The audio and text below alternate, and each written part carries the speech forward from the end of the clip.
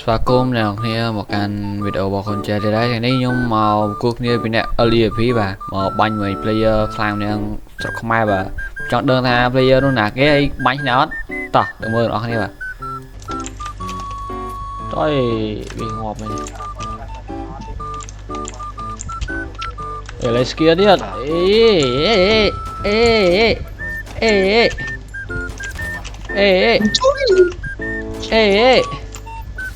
tao xin nhỏ tao cho skill muối đi à hiện tại ta tới chọn tệ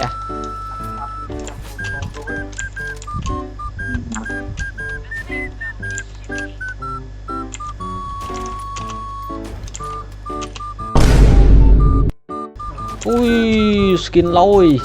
sống skin skin ban đây là skin được ban luôn chẳng là hai phần này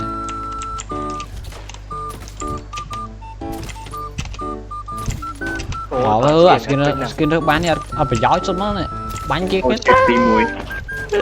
ăn muối tiệt á cho buổi tiết cho bán chứ buổi tiết cho bán chứ có tao trong cái phần này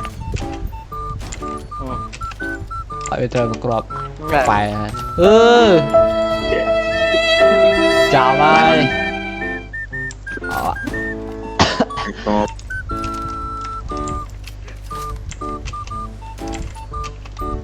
trong pro lên pro hàng nào lấy skin trong này này cho hai không làm nó lời chắc à lời được bây giờ quay tập phim lời chắc đó pro sao bút các bạn ạ nọc mùi tao ca hả hai má nè rồi khơi đi lên hack lên hack hai má lên hack cả đây rút gọt tiệt đó gọt tiệt lên hack có tao đắm một ngoài nhà nhảy lên ít các bạn execute đã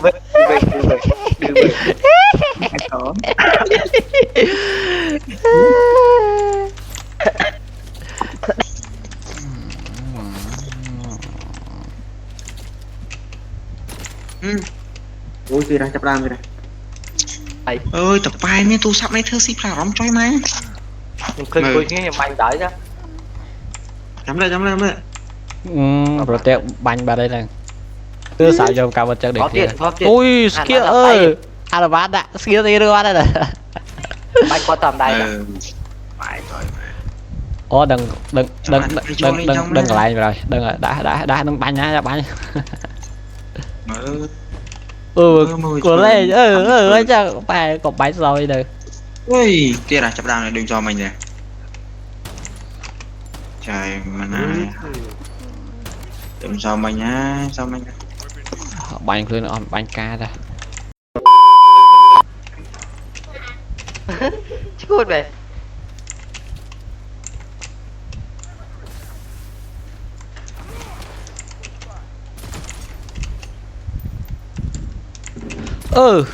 cho vào rồi ý kiến là kêu như này mấy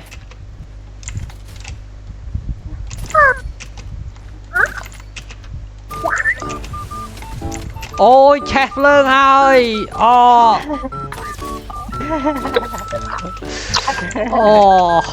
vừa chơi vậy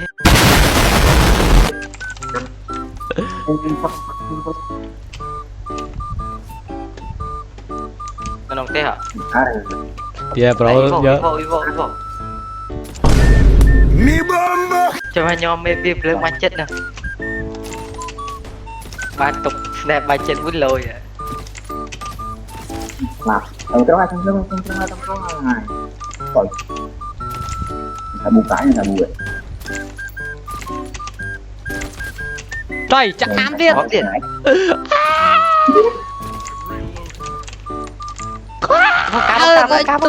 chả làm ra cho fleur lui à đừng ra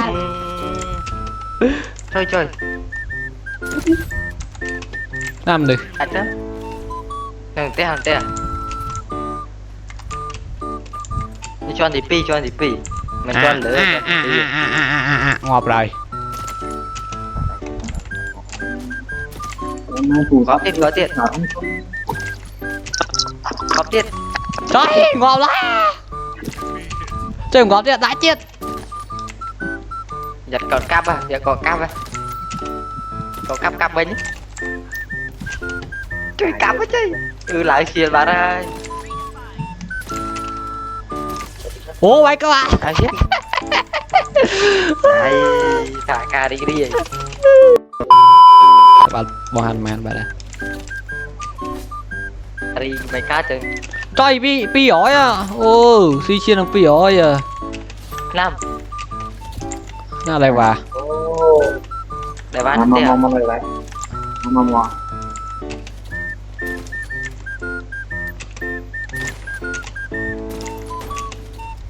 thử tránh tránh ba ra để banh được rồi Mà còn lên bà đây nè bánh game với tơ quả là banh được rồi Còn bà đây mà tại Think fast, Chuckle Nuts!